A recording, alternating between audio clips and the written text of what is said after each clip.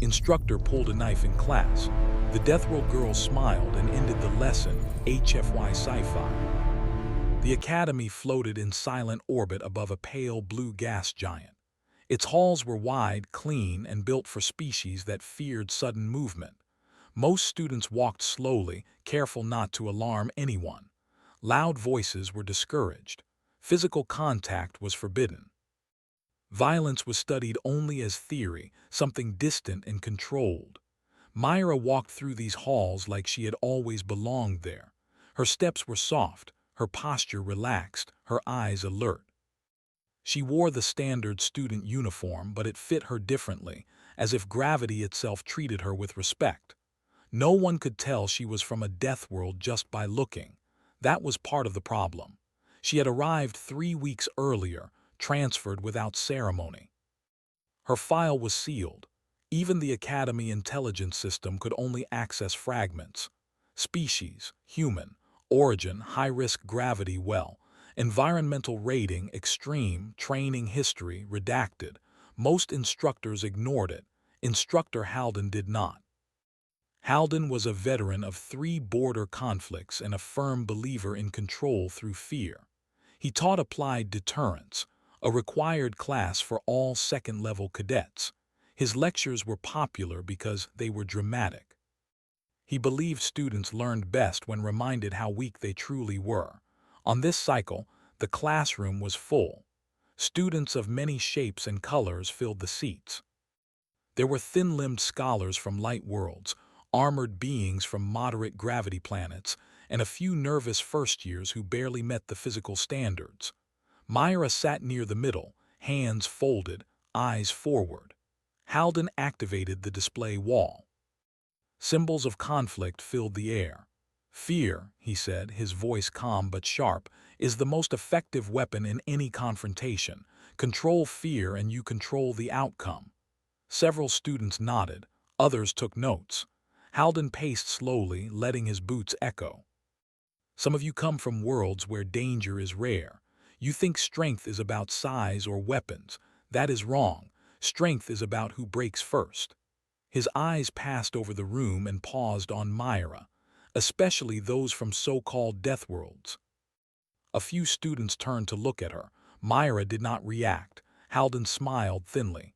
Stories say humans grow up fighting monsters and disasters. They say humans feel no fear. That is nonsense. He stepped closer to the center of the room. Everyone fears pain. He reached into his coat. The motion was small, almost casual, but Myra noticed. So did the academy systems. Internal sensors recorded a spike in tension, heart rates rising across the room. Halden pulled out a knife. It was not ceremonial. It was not a training blade. It was old metal worn smooth by use. The edge caught the light. Gasps filled the room. One student cried out and fell back against their seat. Another froze completely, eyes wide.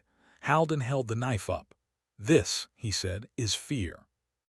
Academy rules prohibited weapons in classrooms. Halden knew this. He also knew his record would protect him. He had done this before, though never this openly. Myra smiled. It was small, barely there, but it was real. Halden noticed. His smile vanished. You find this amusing? He asked. Myra raised her eyes to meet his.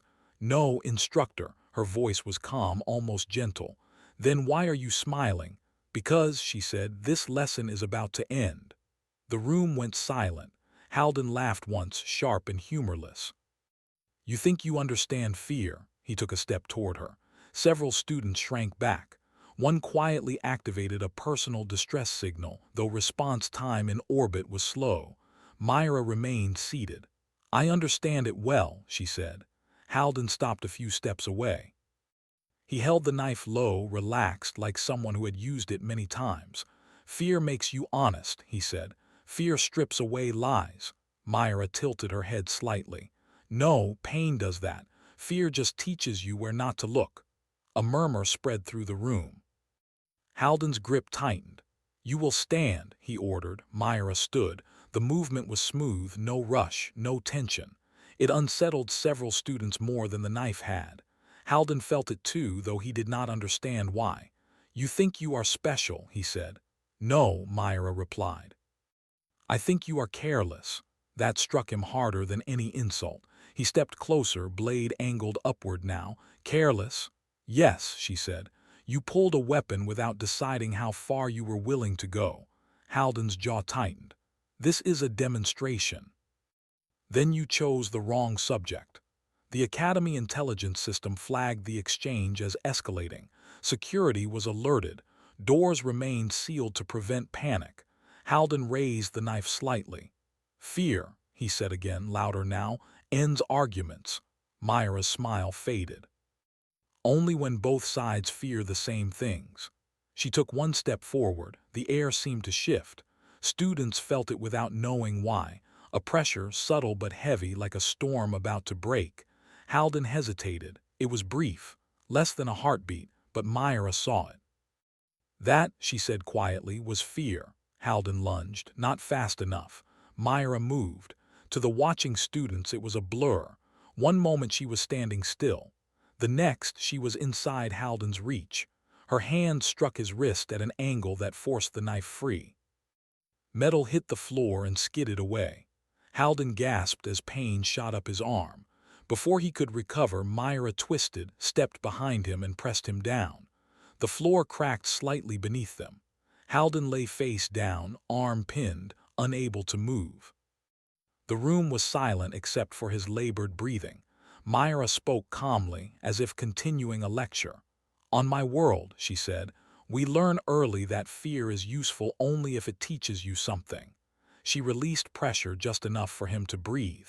You taught nothing today. Security alarms finally sounded in the distance. Students stared, unable to look away. Myra stepped back. Halden did not rise. The lesson was over. No one rang the bell. Silence held the classroom long after the alarms began to echo through the corridor. No one moved. No one spoke. Even the air felt heavy, as if the station itself was unsure what had just happened. Myra stood a short distance from the instructor, hands relaxed at her sides. Her breathing was steady. Her eyes were clear. To her, the moment was already finished. Instructor Halden lay on the floor, stunned more than injured. His arm throbbed with pain and his pride hurt worse. He had never been disarmed so quickly. Not in training, not in war. Security doors slid open with a sharp hiss. 3 Academy guards entered, weapons raised but uncertain. They were trained to face frightened students, not calm ones standing over defeated instructors. Step away from him, one guard said. Myra complied immediately. She took 2 steps back and placed her hands where they could be seen. He pulled a weapon, she said. I removed the threat. Her tone carried no challenge. The guards hesitated. Their sensors showed the truth. The knife lay across the floor. Halden's vitals were stable. No lethal force had been used. Students slowly began to breathe again. One of them, a thin being named Leo, whispered, "She didn't even look scared." Another replied softly, "I think she was bored." Halden pushed himself up with difficulty. His voice shook as he spoke. "This student attacked me." Myra turned her head slightly toward him. "You advanced with a blade." The Academy intelligence system confirmed her words aloud. Weapon drawn first by Instructor Halden. Physical response within acceptable self-defense parameters. The guards exchanged looks. Halden's face flushed with anger and humiliation. "She should never have been admitted," he snapped. "Humans are unstable." Myra said nothing. The lead guard spoke carefully. "Instructor, you are required to submit a report." Halden clenched his jaw. "Fine." He rose unsteadily and left the room without another glance at the students. The guards followed, sealing the doors behind them. For a long moment no one moved. Then the room erupted into noise. Questions spilled out. Voices overlapped. Fear mixed with excitement. Some students stared at Myra with awe. Others avoided looking at her entirely. Myra returned to her seat. A student across the aisle leaned closer. "How did you do that?" Myra shook her head. "I stood where he did not expect." "That's it?" "Yes." The student frowned, unsatisfied. The Academy intelligence system spoke again, calmer now. Class is suspended until further notice. Students began to leave in small groups, whispering urgently. Myra remained seated until the room was nearly empty. Only one student stayed behind. Her name was Taryn, a tall cadet from a low-gravity moon. Her movements were careful, fragile. "You could have hurt him badly," Taryn said. "Yes," Myra replied, "but you didn't." "No," Taryn studied her. "Why?" Myra paused. "Because he was not the real danger." Taryn did not understand, but she nodded anyway and left. Later that cycle, Myra sat alone in the observation garden. Artificial sunlight warmed the plants. Gravity was adjusted to match Academy standards, lighter than she preferred. She closed her eyes. On her world, hesitation was death. Lessons were learned early and harshly. You did not pull a weapon unless you were ready to finish what you started. Halden had not been ready. Her wrist still remembered the feel of his grip. Weak, hesitant, footsteps approached. A man stopped a few steps away. He wore the insignia of the Academy Council. His name was Director Voss. "You handled yourself well," he said. Myra opened her eyes. "Thank you. Some believe you overreacted. Some believe he underreacted." Voss gave a short, tired smile. "You are aware that humans make many uneasy." "Yes. Fear spreads quickly. So does truth." Voss studied her carefully. "What do you think the lesson was today?" Myra considered. "That authority does not replace preparation." Voss nodded slowly. "You may be called before the council. I will attend." He turned to leave, then stopped. "If the instructor had continued, what would you have done?" Myra answered without hesitation. "Ended it." "How?" She looked at him. "Decisively." Voss felt a chill and walked away. Across the academy, footage of the incident spread despite filters. Students replayed the moment again and again. The smile, the step, the fall, opinions formed. Some called her dangerous, others called her reassuring. The Academy intelligence system updated Myra's profile with a new tag, potential instructor. Myra did not know. She only knew that the lesson had not truly ended yet. Not for the Academy, not for her. The council chamber was colder than the rest of the Academy. The temperature was set to favor fragile species, but the stillness made it feel harsh. Light panels hovered above a circular floor, and figures appeared as the meeting began. Myra stood alone at the center. Around her, council members watched from elevated seats or projected forms. Some were present in person, others chose distance. None of them smiled. Director Voss stood to one side, hands clasped behind his back. The Academy intelligence system opened the session. "This hearing concerns the incident in applied deterrence class." A replay appeared in the air, the knife, the movement, the fall. Several council members shifted uneasily. A small, scaled counselor spoke first. "You acted without authorization." Myra nodded. "Yes." "Why?" "Because delay would increase harm." Another counselor, tall and thin, leaned forward. "You could have retreated." Myra looked at him calmly. "Retreat would have placed others at risk." The intelligence system confirmed. Probability of injury increased by 40% if subject Myra had withdrawn. Murmurs spread. A third counselor spoke, voice sharp. "Humans are known for excessive force." "I used the minimum force required," Myra replied. The replay slowed. Her movements were precise. Controlled, Director Voss spoke. "Instructor Halden violated multiple protocols." "He is experienced," the counselor replied. "Experience should be trusted." "Experience without discipline is dangerous," Myra said quietly. Silence followed. The scaled counselor narrowed his eyes. "You speak as if you were the instructor." Myra did not look away. "In that moment I was." That unsettled them more than anger would have. Another council member projected a new display. Statistics appeared. Human conflict survival rates. Deathworld adaptation metrics. "You come from an extreme environment," she said. "Your reactions are not universal." "No," Myra agreed. "But violence is." The council member frowned. "Explain." Threats exist on every world, Myra said. Only the response differs. Director Voss stepped forward. If I may. The council allowed it. This academy teaches theory, Voss said, but the incident revealed a gap between theory and reality. Are you suggesting we encourage such behavior? Another demanded. No, Voss replied.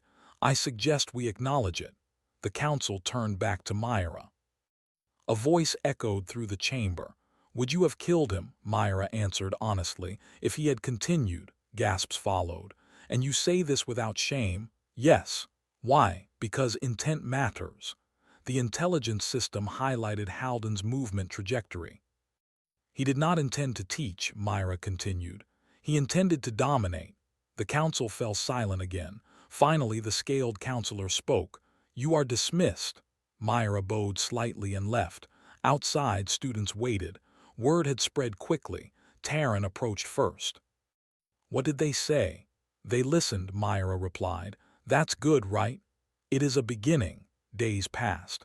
Instructor Halden's name was removed from the faculty roster. Officially, he resigned. Unofficially, he was escorted off the station. Classes resumed, but the atmosphere had changed. Students whispered when Myra passed. Some avoided her. Others watched closely as if expecting something else to happen. One cycle, Myra was summoned again. This time, the room was smaller. Director Voss waited alone. The council reached a decision, he said. Myra listened. They will not punish you, she nodded. They will observe you. That is fair. Voss studied her. They want to understand humans. Myra said nothing. They are afraid, Voss continued. Not of you. Of what you represent. Adaptation, Myra said. Yes, Voss exhaled. There is another matter. He activated a display. Training simulations appeared. We want you to assist. Myra looked at him. Assist how? By teaching. Myra was silent for a long moment. I am a student, she said. You are also experienced, Voss replied, and willing. Myra considered the faces in the classroom, the fear, the ignorance. I will help, she said, if the goal is prevention. Voss nodded. It is. Across the academy, not everyone was pleased. Some instructors whispered that the council had gone too far. One of them, a specialist named Bren, watched Myra carefully. He believed fear was necessary, and he believed Myra was a mistake. The Academy intelligence system recorded a rise in internal conflict probability. Myra felt it. The lesson was not over yet. It was only changing shape. The training hall was larger than any classroom Myra had seen. The ceiling curved high above, filled with shifting lights that simulated different worlds. Gravity could be changed in sections. Air density could be altered. It was a place designed to test limits without crossing them. Myra stood at the center. Around the edges, students watched from behind transparent barriers. Some had volunteered. Others had been ordered to observe. Instructors stood together in quiet groups, their expressions mixed. Director Voss addressed the room. This is a controlled demonstration. He glanced at Myra. You may begin when ready. Myra nodded. The first simulation activated. A narrow corridor appeared, walls closing in. Low light, limited visibility. Threat recognition, Myra said. Lesson 1. A volunteer entered the corridor. A light world cadet named Rel. His movements were slow, careful. A simulated attacker appeared suddenly. Rel froze. Before the program could reset, Myra stepped forward. She moved fast but not aggressively, placing herself between Rel and the threat. Fear locks movement, she said. Habit frees it. The simulation paused. Murmurs spread through the observers. Instructor Bren watched closely. He crossed his arms. You are teaching instinct, he said. That is dangerous. Myra turned toward him. Instinct exists whether we teach it or not. The next simulation began. Multiple threats, confusion, loud noise. Students reacted with panic. Myra raised her voice, calm and steady. Breathe, look for exits, protect each other. They listened. The difference was immediate. Bren's jaw tightened. After the session ended, instructors gathered in heated discussion. She is changing doctrine, one said. She is human, another replied. That is the problem, Bren spoke quietly. She is teaching them not to fear violence. No, Voss said. She is teaching them to survive it. Later, Myra walked alone through a maintenance corridor. The lights flickered slightly. She sensed movement, her body tensed without thought. A figure stepped from the shadows. It was Bren. You should not be here alone, he said. I am aware, Myra replied. Bren's eyes were sharp. You think you are helping. I know I am. You make them stronger, he said.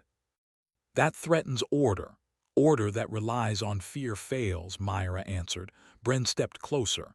Humans always believe strength solves everything. Myra met his gaze. No, we believe preparation does. An alarm sounded faintly in the distance. Bren smiled slightly. This academy was not built for Deathworld thinking. Neither was the universe, Myra said. He turned away. Be careful. Myra watched him go. The Academy intelligence system logged the encounter. Threat probability increased. That cycle, rumors spread. Some students requested transfer to Myra's sessions. Others withdrew completely. Tension grew. Then the failure happened. A routine drill in another wing escalated unexpectedly. A containment field malfunctioned. Simulated threats became real enough to injure. Panic erupted. Security systems struggled to respond. Myra felt the vibration through the station. She ran. Students were trapped in a collapsing section. Smoke filled the air. Emergency lights flashed. Myra entered without hesitation. She guided students out one by one using calm commands and physical support. Instructors froze, unsure how to proceed. Myra did not freeze. When it was over, several students were injured but alive. The Academy intelligence system updated its assessment. Human intervention reduced casualties by 60%. The council watched the footage in silence. Director Voss spoke softly. This is what she has been trying to teach. But not everyone agreed. Instructor Bren stared at the screen, fists clenched. To him, the conclusion was different. The Academy was changing, and he believed change required resistance. Myra stood in the medical wing afterward, hands stained with soot, listening to the quiet hum of recovery machines. She knew something was coming. On Deathworld, survival was never the end of the story. It was only the pause before the next test. The Academy entered emergency mode without warning. Lights dimmed.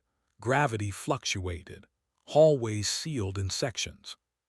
The calm voice of the intelligence system echoed through every level, slower than usual, carefully controlled. Unscheduled security event in progress. Myra stopped walking. She felt it before she understood it.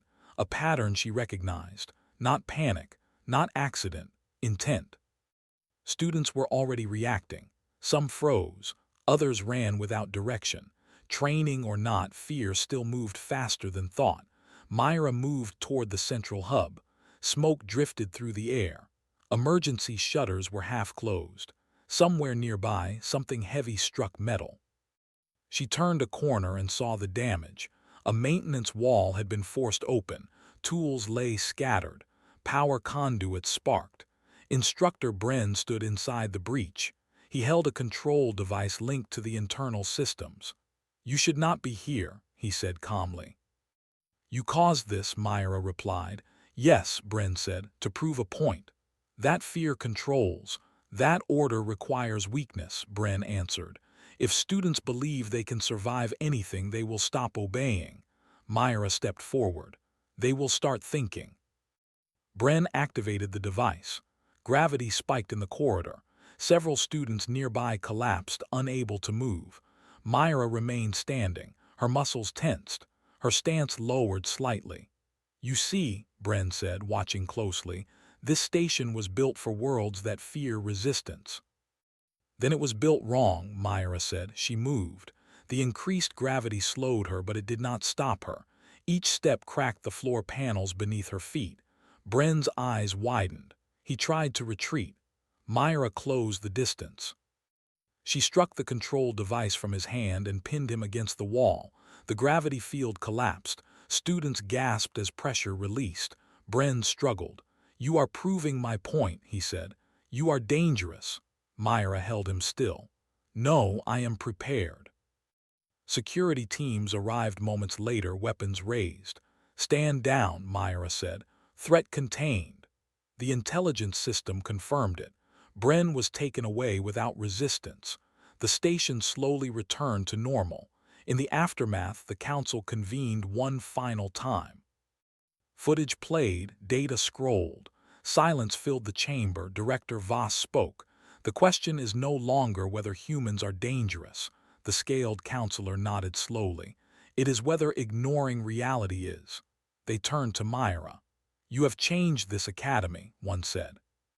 "I responded to it," Myra replied. "The council's decision was unanimous. Applied deterrence was dissolved. A new course replaced it. Survival ethics." Myra was listed as its primary advisor. Students across the academy felt the change immediately. Training focused on awareness, cooperation, and decisive action without cruelty. Fear was no longer the lesson. Responsibility was. On her final day of the term, Myra stood in the same classroom where it had begun.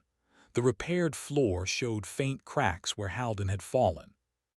New students filled the seats. Myra looked at them calmly. "There is one rule," she said. They listened.